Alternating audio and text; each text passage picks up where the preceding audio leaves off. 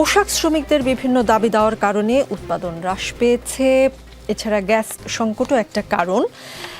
আমরা জানতে পেরেছি যে ভারতের ত্রিপুরা রাজ্যের কয়েকটি রপ্তানিকারক প্রতিষ্ঠান তারা জানিয়েছে যে বাংলাদেশে অস্থিরতার কারণে তারা নতুন করে $54 মিলিয়ন অর্ডার পেয়েছে। নয়াদিল্লির বাইরের আরেকটি গ্রুপ জানিয়েছে যে গত আগস্টে তারা স্প্যানিশ ফ্যাশন ফার্ম জারার কাছ থেকে 15% বেশি অর্ডার পেয়েছে।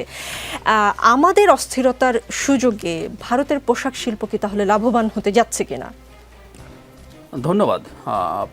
সম্ভাবনা তো আছেই, তবে একটা জিনিস যেটা হয়, বাংলাদেশ এই জায়গাতে যে জায়গায় পৌঁছে গেছে, যদি এই সংকটটা খুব লম্বা সময় না চলে তাহলে খুব বেশি ক্ষতি হয়তো হবে না। কিন্তু একটা ইম্পর্টেন্ট ইস্যু হচ্ছে, ব্যবসার জন্য সবচেয়ে ক্ষতিকর ব্যাপার হচ্ছে আনসার্টেনিটি।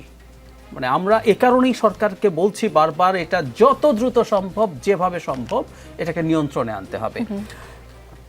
খেয়াল করব, আমরা শেখ হাসিনার সময় একটা লম্বা সময় মুভমেন্ট গেল, সে সময় আমাদের গার্মেন্টের অনেক রকম সংকট গেছে, এরপর এখন আবার সংকট হচ্ছে। মানলো এখন যেটা হয়, ওভার দ্য ইয়ার্স, ডেকেডসের পর ডেকেডস আমাদের এখানে যারা উদ্যোক্তা আছেন তারা চমৎকার সব প্রোডাক্ট তৈরি করেছেন, এবং যেটা খুব জরুরি, এটা খুব সোজা ব্যাপার না ভারতের জন্য, কমপ্লায়েন্ট ফ্যাক্টরি তৈরি করা। আমরা যেভাবেই হোক চাপে, ওয়েস্টের চাপে, অ্যাকর্ড অ্যালায়েন্সের চাপে, রানা প্লাজার পর আমরা অনেক কমপ্লায়েন্ট ফ্যাক্টরি তৈরি করেছি।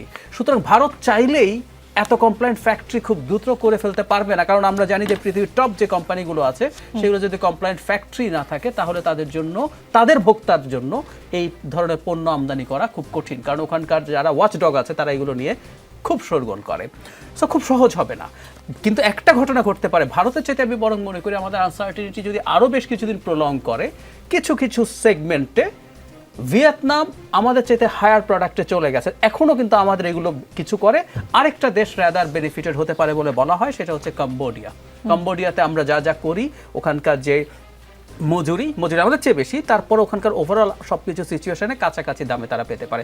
আর একটা কথা আমাদের মনে রাখা দরকার, এত হাই মার্জিনের প্রফিট ওয়েস্টার্ন যে ব্র্যান্ডগুলো আছে করে, তাতে 10-15-20% বেশি দিয়েও যদি কোনো জায়গা থেকে সে আনইন্টারাপ্টেড সাপ্লাই পায়, সে কিন্তু সেখানে চলে যাবে। সুতরাং বটম লাইন হচ্ছে, ভারতে যাওয়া গেছে, অলরেডি প্রমাণ আছে এটা। ভারতে আমরা যদি লম্বা সময় চলতে পারে তাহলে ভারতের দিকে যাবে। ভারতে যাক আর কম্বোডিয়াতে যাক আর ভিয়েতনামে যাক, দিনের শেষে আমাদের এই দশকের পর দশক ধরে আমাদের যে ইনভেস্টমেন্ট, এবং সংকট শুধু এখন অস্থিরতা না, আমাদের আরও অনেক সংকট যুক্ত হয়েছে। আমাদের পাওয়ারের ক্রাইসিস আছে, আমরা এর মধ্যে কিন্তু লোডশেডিং দেখছি, আমরা ফ্যাক্টরিগুলোকে গ্যাস দিতে পারছি না। আমাদের ডলারের সংকট আছে, আমাদের আমদানিকারকরা দীর্ঘদিন তাদের ইচ্ছে মতো ক্যাপিটাল মেশিনারিজ, তাদের কাঁচামাল, যদিও এর মধ্যে টাকা পাচার আছে, সেটা যদি বাদও দেয়, যেটা জরুরি প্রয়োজন, এরকম জিনিস আমদানি করতে পারে। তো এতগুলো চ্যালেঞ্জের মধ্যে যদি এখন অস্থিরতা যোগ হয়, খুব বড় ক্ষতির জায়গা হয়ে যেতে পারে।